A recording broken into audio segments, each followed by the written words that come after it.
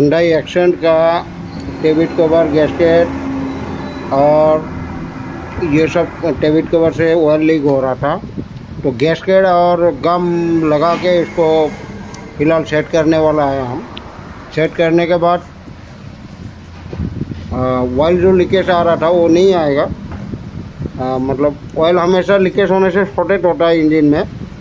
जब शॉर्ट होता है तो इंजन गर्म हो जाता है, मालिक परेशान हो जाता है। ऑयल गया, इंजन ऑयल गया कहाँ पे? तो अभी बैठा लिया इसको हम। बैठाने के बाद अभी नट कसेंगे। उसके बाद बराबर इंजन बैठा के उसको स्टार्ट करेंगे। वो टाइमिंग सेट भी, इसका टाइमिंग चेंज हुआ, वो मैंने वीडियो करना भूल गया। तो अभी फ़िलहाल